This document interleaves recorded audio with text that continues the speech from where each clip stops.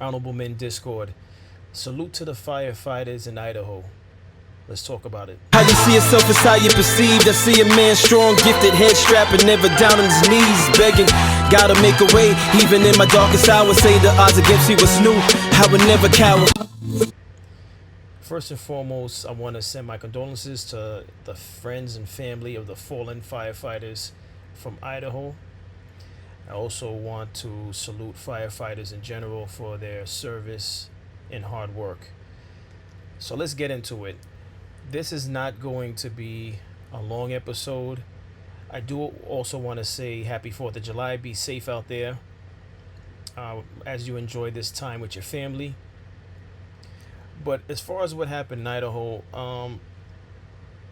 I, like most of you, when the news initially broke, I wanted to wait to hear more details. So now the details came out up until this point, and it's just overall just it's just horrible, and unfortunately, when this material, this information gets in the hands of the public, everyone is divided. As you can see, I'm on X right now, and there's just a lot of different things posted on X. Some people are attacking his parents, as far as like they're showing an image of his parents wearing a Make America Great Again hat, and I guess they're implying that he's the offspring of parents that chose the wrong not democratic, political party. This has nothing to do with political party. First of all, we don't know how he was raised or whether or not his parents raised him well. We do know, if we want to be honest, we do know that children, as they grow older, they start to make their own decisions, and we don't know what demons he was dealing with, what he was going on in his life. What we do know is he was only 20 and he took his life after doing senseless, careless, heartless act.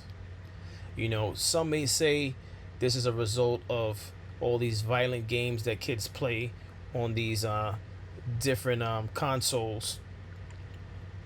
Could be a culmination of many things. We really don't know. Unfortunately, we may never know because he took his life.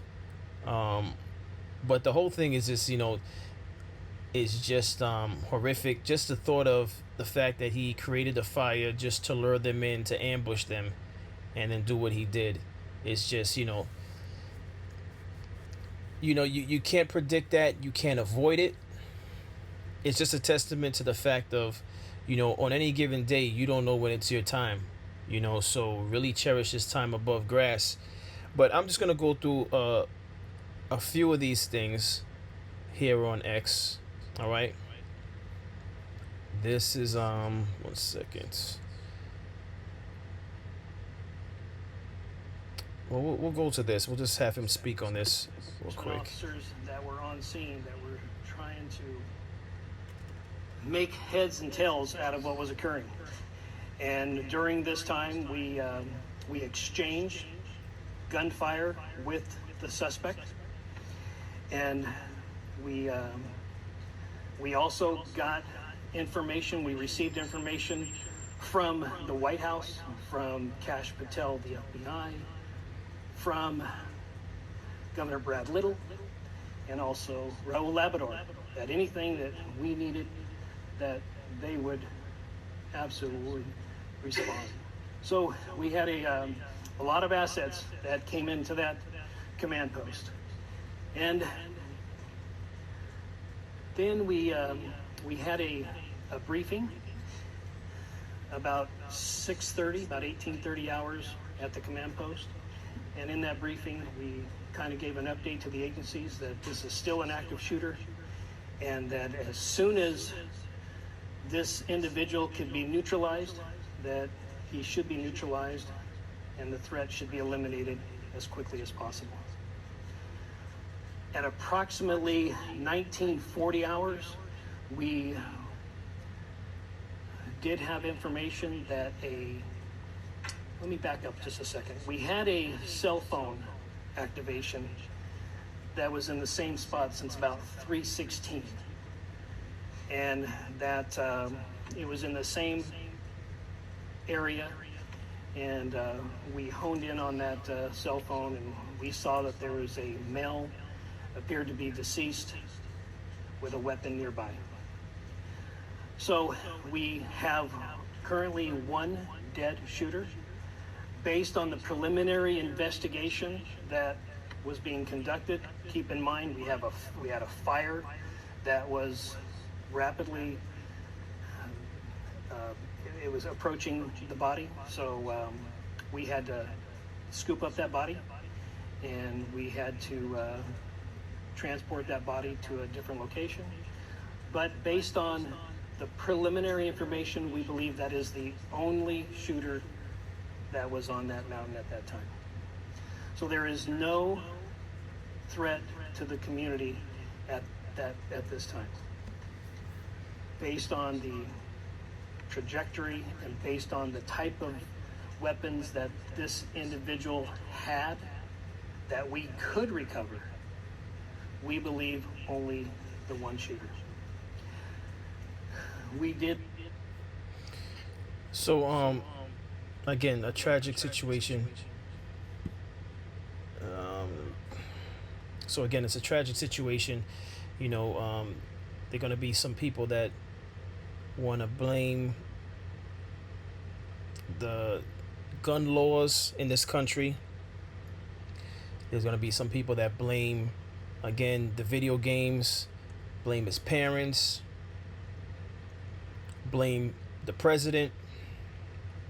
But this is not the time to, play the blame game, especially when there's families that are mourning the loss of their loved ones.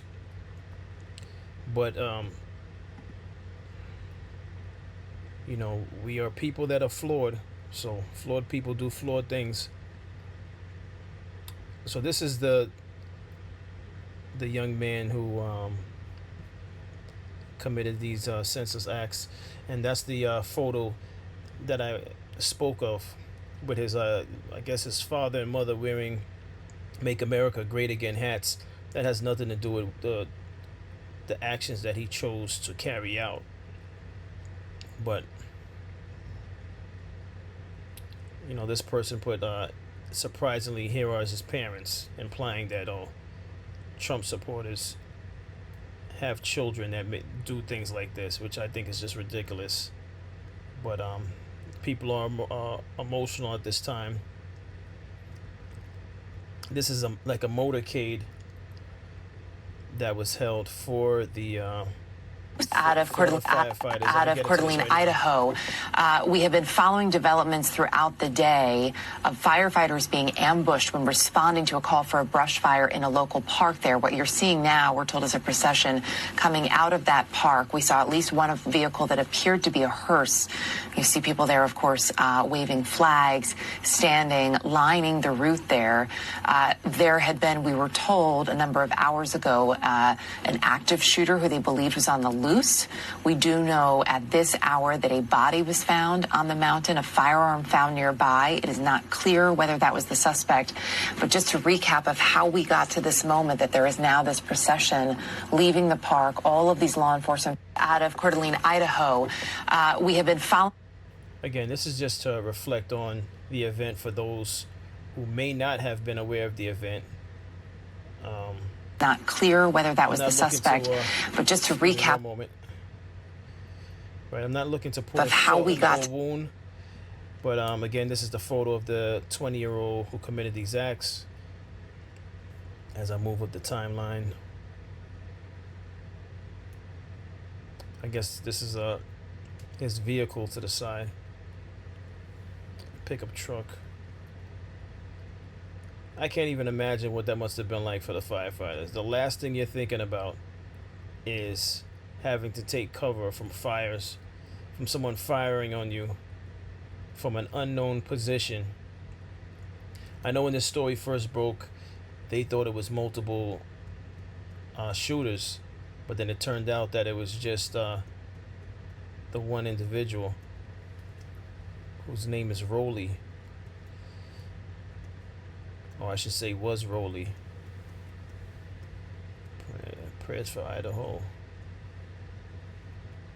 This looks like this is from social media. Wes Rowley was his name. They said he has a prior assault charge in 2024. They said the incident involved him allegedly attacking a woman with a knife, for which he was charged with a felony and assault. So here's another thing about, that person who posted about, who posted the photo of the mother and father wearing a Make the America Great Again hat. You don't even know if this young man ran away from home. Maybe the parents did their best to raise him, and he ran away from home, and he just, they couldn't get him under control. We just don't know. So I think it's in poor taste to just assume and post things like that, blaming the parents out of frustration.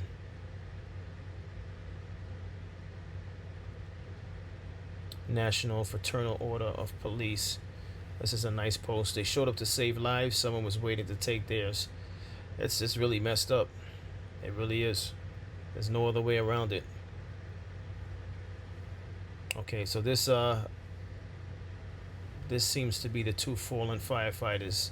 John Morrison, 52. He was a battalion chief, and then Frank Harwood, 42.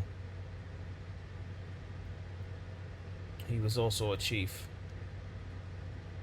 That's just messed up. Really is. Here's some more photos. Here's a procession. We'll get into this one. Let me put this back.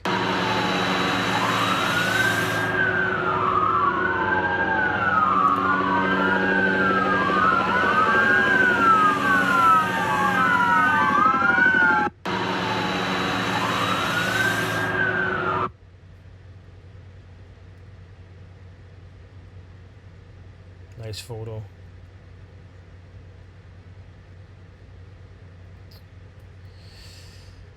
Yeah, this I don't think he's associated with this. Someone posted this. Rest in peace. This is a fallen police officer, I believe, or Milwaukee PD. In any event, again, enjoy your 4th of July. I mean, I presented a somber episode whilst you're trying to enjoy the 4th of July. But just be safe out there. Whatever your occupation, your profession is, just enjoy your time, your free time when you do have it with your family, because, again, you just never know. You just never know. And unfortunately for them, they were just doing their job. It was another day in the office, so to speak, but it really wasn't, And, we will never know what his motivation was, why he decided to do that. Did he have a meltdown? We don't know. We don't know. But mental health is a real thing, people. And just know that even though you may have your mental health in check, the world around you may not be so in check. And so that's not to say go outside and be fearful of your surroundings, but just count your blessings. That's the best advice I can give everyone. Just count your blessings. You just never know. Don't just wake up one day and just assume you're gonna return home. You just don't know. So I would suggest that you count your blessings. But again, many people are gonna do what they want to do. But that's my suggestion. Again, condolences to the family of those that passed away, and that's all I have today. I had to report on this because it was just such a horrific report. It's just I just had to at least do an episode to send my condolences at the very least. It wasn't so much about reporting more information on the event. It was just about acknowledging it and giving my condolences. But again, enjoy your 4th of July. Be safe, and I'll see you in the next episode. Take care.